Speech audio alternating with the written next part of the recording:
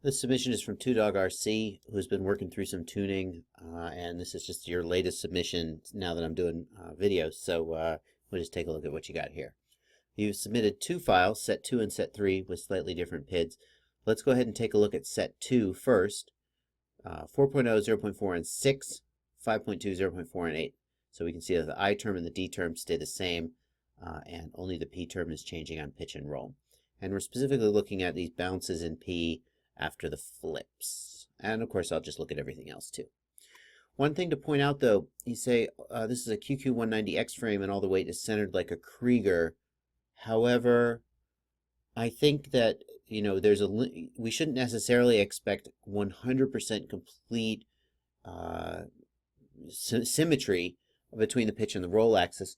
For example, if you've got a battery and the battery is oriented longitudinally, then there's going to be slightly more mass spread out on the front to back axis, right? So there's always going to be little differences, even with the Krieger style frames. Anyway, let's take a look. If we look through here, let's see if we can find a flip or if we can find something interesting. Oh, here's yaw. Let's not look at yaw first. Let's look at your gyros first. Yeah, exciting. Gyros. Super thin. Excellent. That's what I want to see. Okay. Now we checked. Now we know. Noise is not a problem. Didn't think it would be.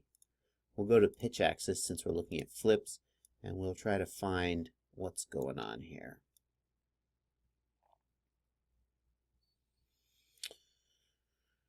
As you throttle up, it is interesting to see these high frequency components. They'll go away. I guess they go away as you throttle up some more, so they're probably just some kind of harmonic at the lower RPMs. Here you begin flying. P term is very active for how low your throttle is. The P term is going all over the place here. D is fine.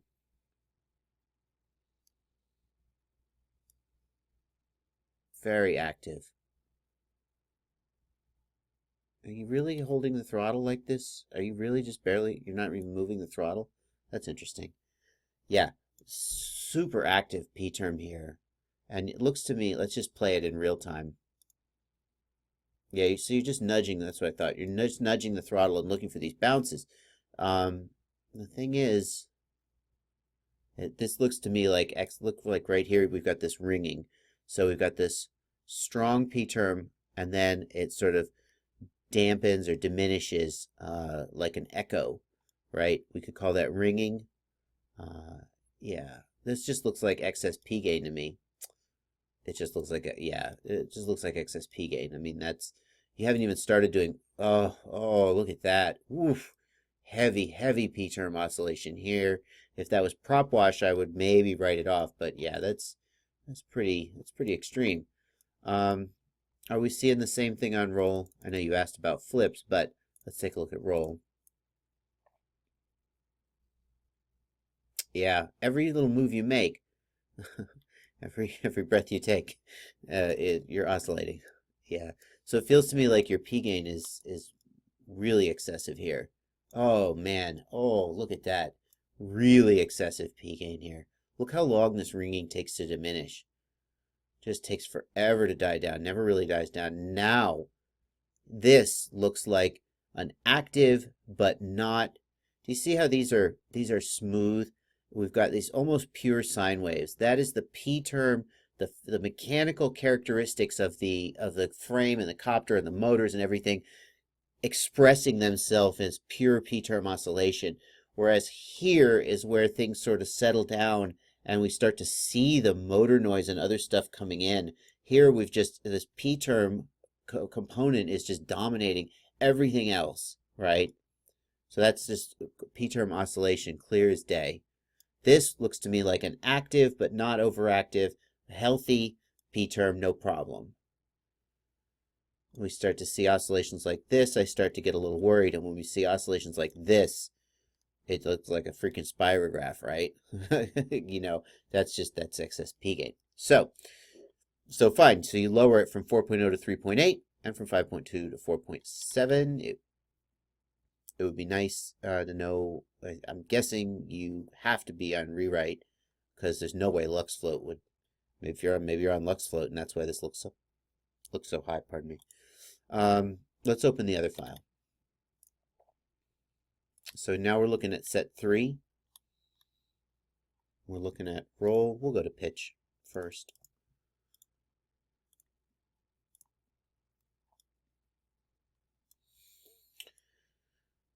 So here we see some surging in the P term, but no hard oscillations. Oh, it's getting close, but okay, I can accept that. Lots of activity in the P term. Again, no hard oscillations. Yeah, the P term is pretty much continuously active. At no point so far do we see it like flipping out like we did see. This is pretty strong here. This feels to me like it's still possibly higher P gain than I would like, because the P term never really settles down. It's always right on the edge of flipping out. But I could see somebody, we're just looking at the black box logs, we're not flying it. I could see this copter flying fine. This is, what do we got here? What do we got? Oh, that's prop wash. See, drop the throttle, now you're falling, and prop wash. Okay, so we'll just write that off as prop wash. Nothing to see there. Yeah, I could see this copter flying just fine. A little bit of prop wash oscillation. This stuff I bet you wouldn't see when you were flying. And again, prop wash. Yeah. Now, but you say you've got bounce after flips. So where can we go from here? Well, you could try dropping P some more and see if you like how it flies. Now, at some point, the copter will begin to feel like it's flying too soft. It's a little hard to explain, and I actually recommend everybody, as a good exercise, find a course that you fly well and that you fly fast. And, not too complicated, of course, not like shooting tiny gaps through trees, but so, just maybe like an oval with some, some flags or maybe a couple air gates, something that you can fly fast, and then start lowering your P gains on both pitch and roll. I'd say pitch and roll first and leave yaw alone. Let's not get too crazy. Roll is really the most interesting one to play with. Maybe you could even do roll and yaw, since those are the two that are involved most with turning. We don't actually do it a lot with pitch. Pitch is usually the least active of the three axes, because roll and yaw are what we use to turn, and pitch we use to adjust our speed, but our speed is oftentimes pretty consistent, whereas we're oftentimes turning pretty constantly. Anyway, maybe you just lower P on pitch and on roll and yaw. Maybe just roll, play with it. But I want you to knock it down point by point until you get to a point where it gets soft and really feel what low P gain feels like. There's a point where your P gain is just low enough that your copter will start to feel soft, but it'll almost feel like it's flying good, but it will kind of be flying bad, and it'll just feel slightly not right. And that's a really good thing to have experienced, because when you're tweaking your P gains, trying to get rid of vibrations and stuff, you can start lowering them, and you can get to the point where your copter's flying just subtly worse and not realize it unless you have experience with what that feels like. And as soon as you know what that feels like, then when it happens to you, you'll be like, oh, I've lowered my P gains too much. Or if you're tuning from scratch, you'll go, oh, I need to raise them up. That's a really good drill if you've never experienced it to go ahead and do.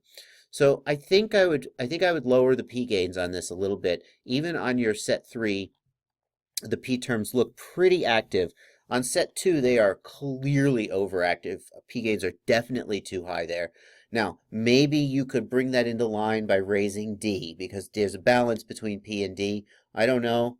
I tend to shy away, especially on the latest beta flights, from raising D too high. I think in general, it's better if you have more P and less D, but on earlier versions of clean flight and beta flight, you had to have a good amount of D to really make the copter fly the best, because P just couldn't get the job done by itself. On later versions of beta flight, and especially the 2 kilohertz and higher sampling rates, it seems like P by itself is able to do the job better, and you don't need as much D, and in fact, it's better if you have less D. Okay, so you could try playing with the amount of D to get the P to sort of calm down, but I think what I would suggest is lowering P. That's where I would go. If you're already at the point where P feels soft and you're having these problems, I'm not really sure what to tell you because it's not, your copter is very, very vibration free.